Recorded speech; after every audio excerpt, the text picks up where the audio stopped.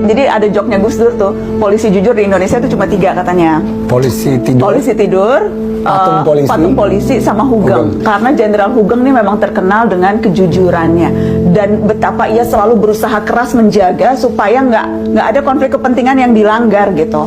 Aku tuh waktu itu sempet mata najwa tuh, kita sempet bikin episode tentang Jenderal Hugeng dan berbincang sama Eyang Mary, istrinya Jenderal Hugeng, dan dia cerita pernah ada satu saat Eyang Mary ini bikin toko bunga floris untuk nambah-nambah biaya penghasilan. Waktu itu tuh Jenderal Hugeng belum jadi polisi sebetulnya, jabatannya masih kepala jabatan imigrasi tahun 60-an. Begitu dia dapat jabatan itu, si Eyang Mary langsung disuruh tutup toko bunganya karena Jenderal Hugeng takut nanti orang akan sengaja datang beli toko bunganya untuk berusaha mendekati Jenderal Hugeng. Kebayang nggak?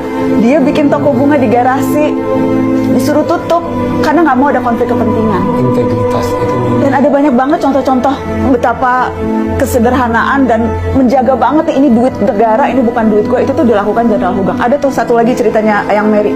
Jadi dia waktu itu mau pergi ke Belanda nengokin bapaknya yang udah sakit-sakitan, dan pergi ke Belandanya itu pakai duit pribadi, saweran saudara-saudaranya yang ada di Belanda untuk beliin dia tiket berangkat ke Belanda.